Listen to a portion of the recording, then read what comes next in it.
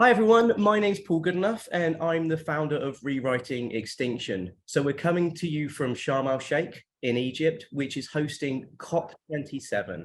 So what we're going to do is take a little bit of time to meet some of the people who are involved in environmentalism and hear a little bit more about their stories. And I'm so pleased to be joined today by Okalani and Ray and Lucy, who's back in United Kingdom.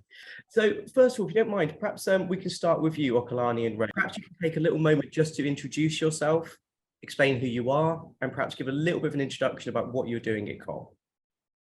Okay, I'll start. Hello, my name is Okalani Marina. I am a Pacific climate warrior, and I am from the very small island nation of Samoa in the Pacific Islands.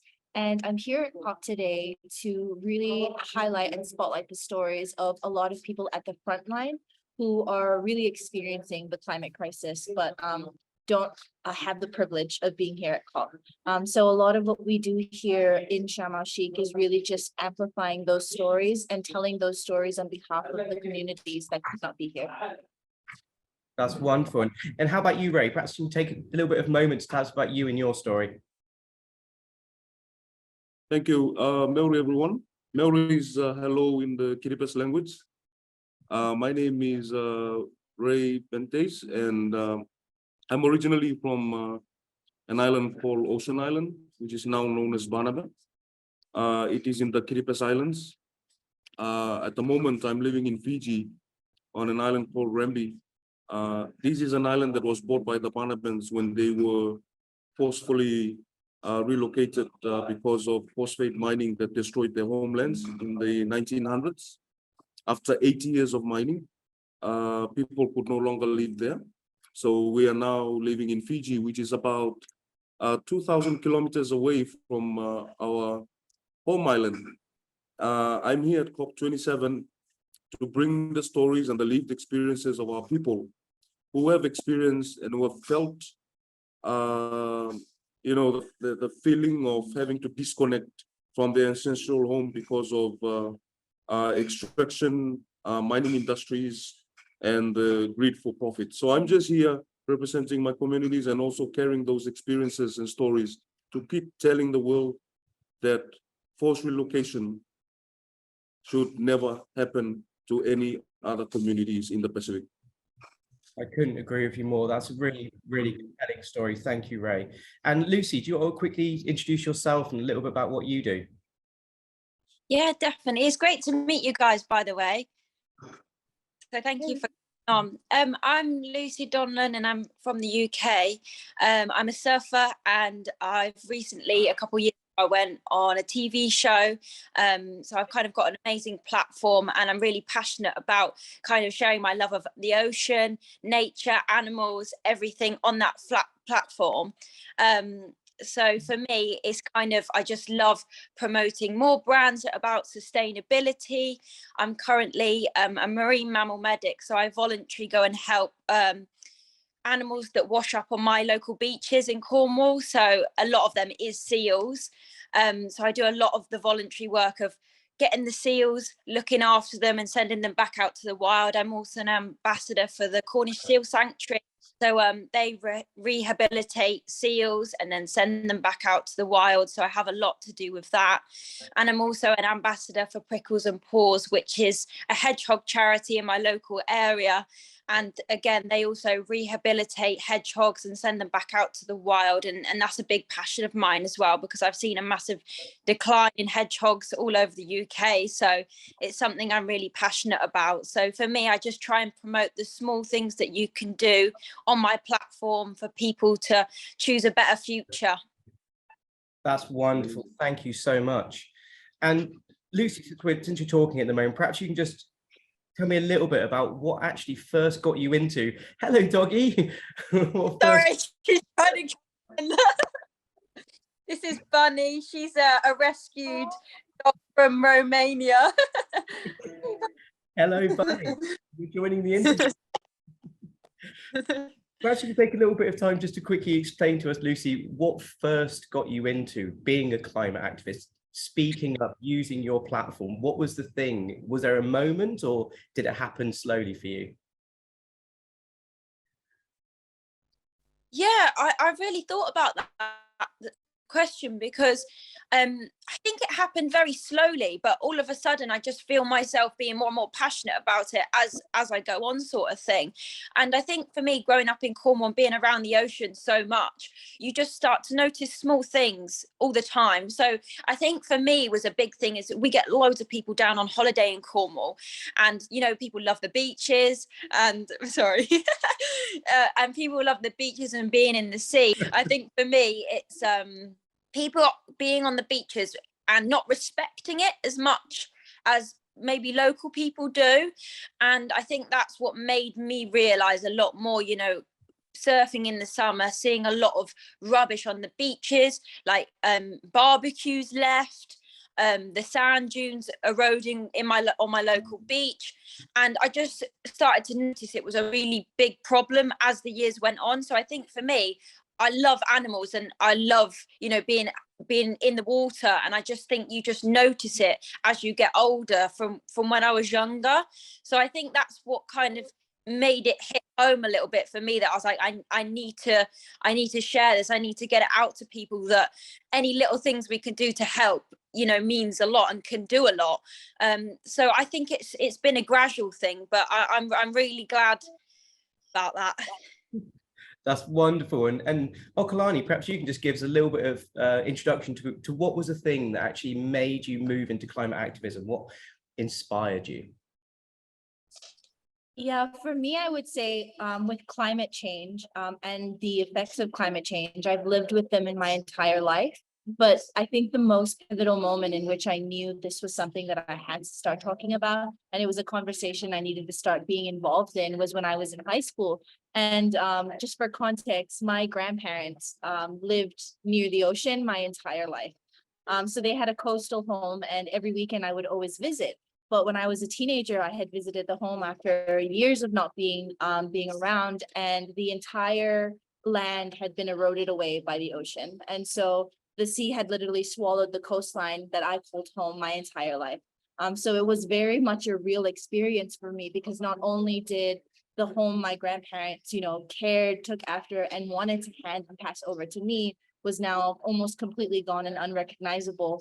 I realized that if nothing would happen now, the generation that comes after me would never get to experience the homelands I grew up in, but might even worsely be having to pick up our bones from the shorelines. Because for the Pacific Islanders, our tradition is to bury our ancestors and our people on our land. And so my grandparents, my great grandparents, they were all buried, and all of our graveyard is right near our home.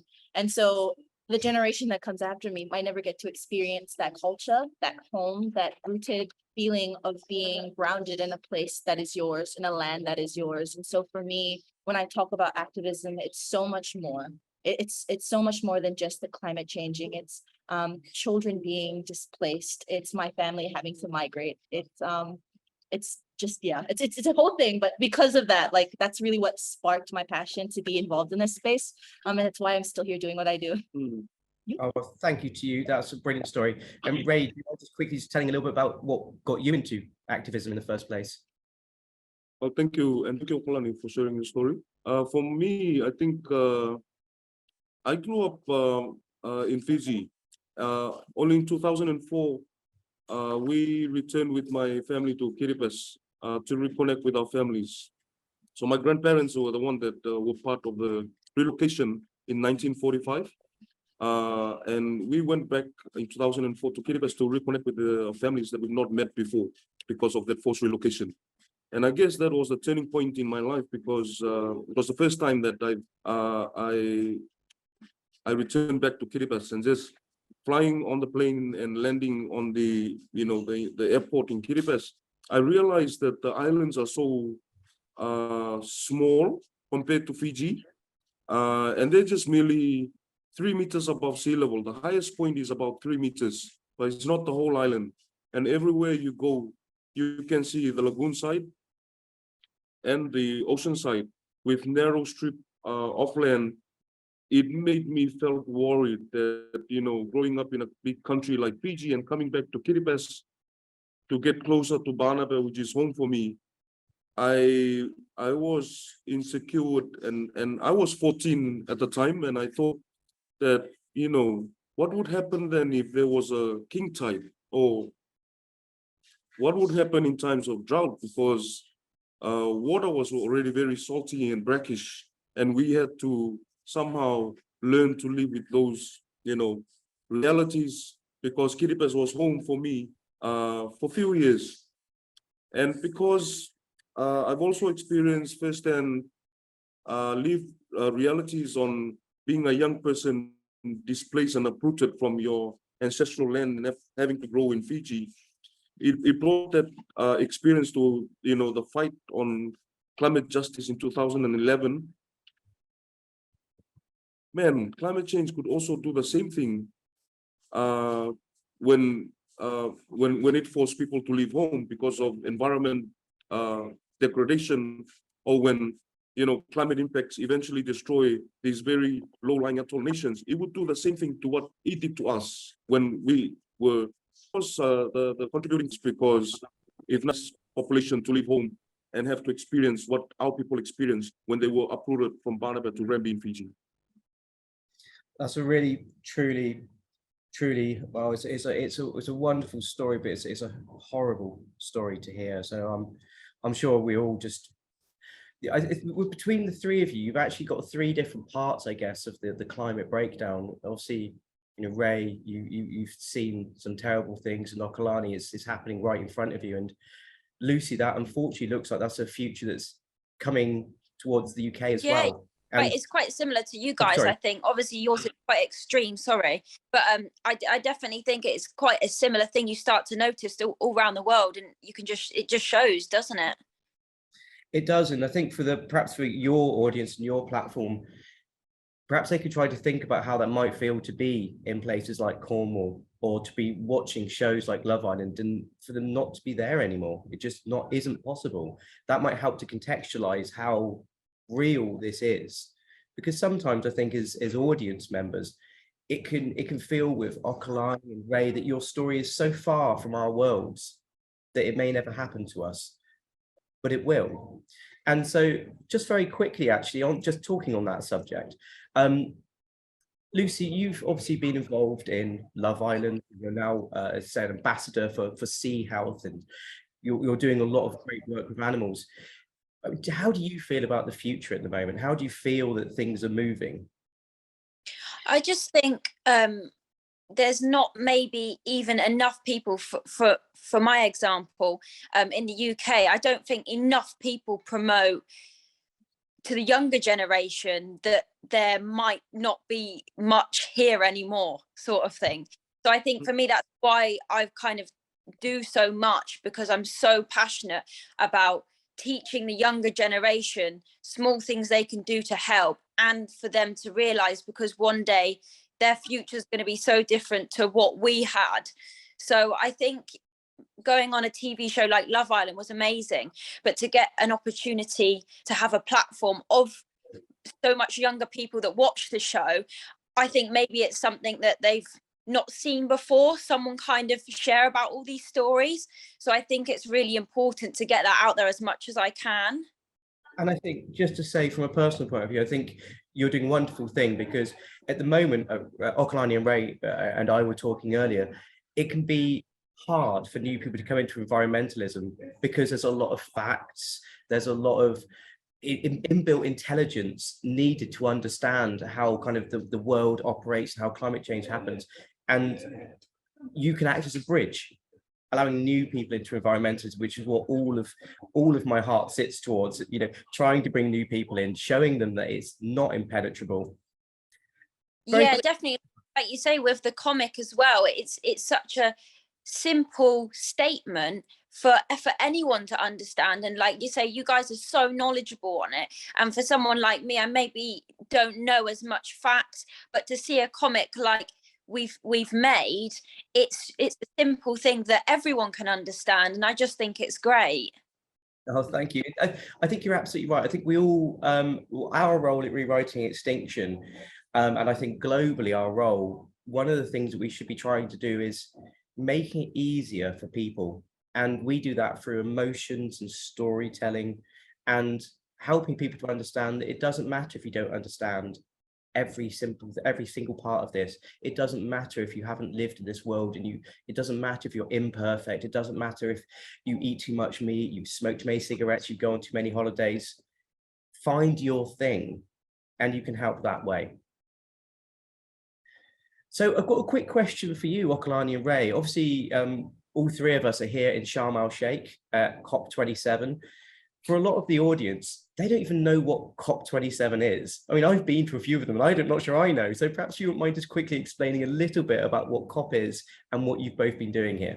Okay, just like really great way to explain it is COP is an abbreviation for Conference of the Parties, and 27 stands for the number of times it's happened. So this is the 27th conference. So it's been happening for 27 years. And essentially what happens at this international conference is it's the biggest environmental conference in the world that focuses on climate change. So there's a UNF branch called United Nations Framework Convention for Climate Change. So what they do is they are the ones responsible for creating a lot of the international policy around, do we stop fossil fuels? Do we phase them out?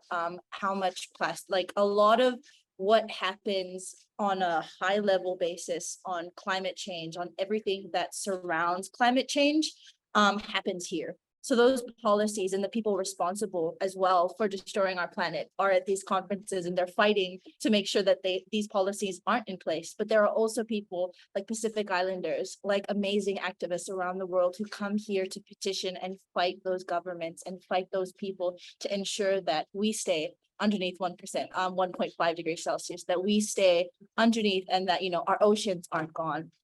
Plastic pollution doesn't happen. So there's a lot happening at COP, but essentially it is just like a convention. Like it's like Comic-Con, but for environmentalists. This is the best way I can explain it. That is a great roundup. And also, as a comic fan, it makes a lot of sense to me. Perhaps the audience, just say, what do you think happened last week? And what are your hopes for an outcome this week? Well, from our perspective, because we were filling the outside space, and at these meetings, like at these COP meetings, like what Okalani has shared, there are also other important discussions that are happening in the main negotiation rooms. And because I'm following the conversations around loss and damage, and I'll share just that, what I think about the discussion on loss and damage. For us Pacific Islanders, it was an important discussion to say that the global community have a biggest responsibility for reparation and for loss and damages that, climate change impacts has done to the Pacific.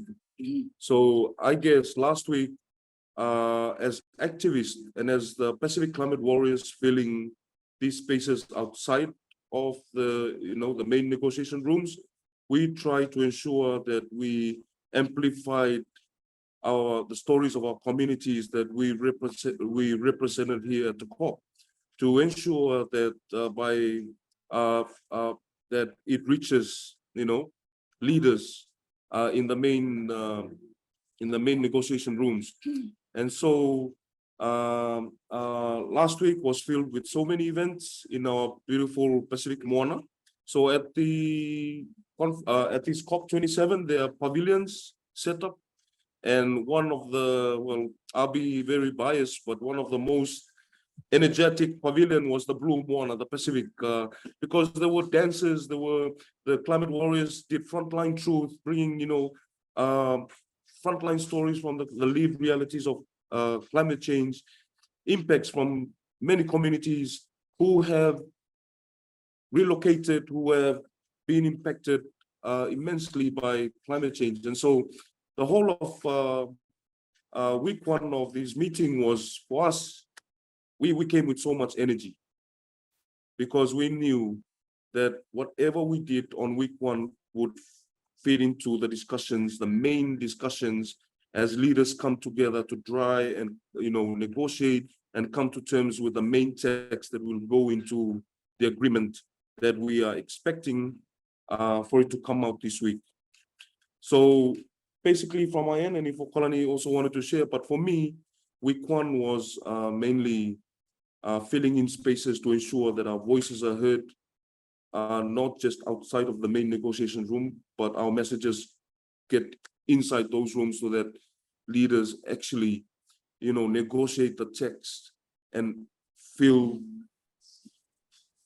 the struggles that our Pacific communities are going through right now because of climate change. If I could just echo what Ray said. So we're both Pacific Climate Warriors, and that's a branch underneath 350.org. And what our main goal was when we came to COP was really just pushing stories and telling stories. Because one thing that's really, really difficult when you come to conferences like this is that it's very technical and people use a lot of jargon. And so for me, I still identify as a young person. And so when you come here and you don't have all of this knowledge and all of this technical experience and understanding, it's very intimidating. And you can feel very intimidated, especially if in your own spaces you identify as a climate activist, but you feel reluctant to come to COP because you don't feel like you'll be there or you know enough. That's really why we wanted to bring stories. We really wanted to platform stories and put it on the table because it's the best way you can really bring a lot of different diverse people to talk about climate change. And it's why now this is beautiful because you get to tell stories. So with Pacific Climate Warriors, our goal was telling our frontline truths or our frontline stories at COP. And the reason being was that with leaders, specifically leaders in the global West, they've used Pacific Island stories for years to tell the impact of climate change, but no action has come out of that to the communities that are actually being affected. So they use our stories and they talk about the impacts of climate change, but they actually don't do anything to make a difference in those communities. And so this year, what we really, really wanted to do as Pacific Climate Warriors was spotlight those stories and tell them that we're tired of you just talking about us. We want action. And so like the whole premise of us was just, hey, we're here, we're fighting, and we're present, and we don't want you to keep talking and acknowledging that we're here. We want you to start acting on this. And that's why we were like, this is what we're doing. This is like our declaration for Pacific Island nations. Listen to us. And if you do really want to make change, please take this forward when you're making decisions for our people.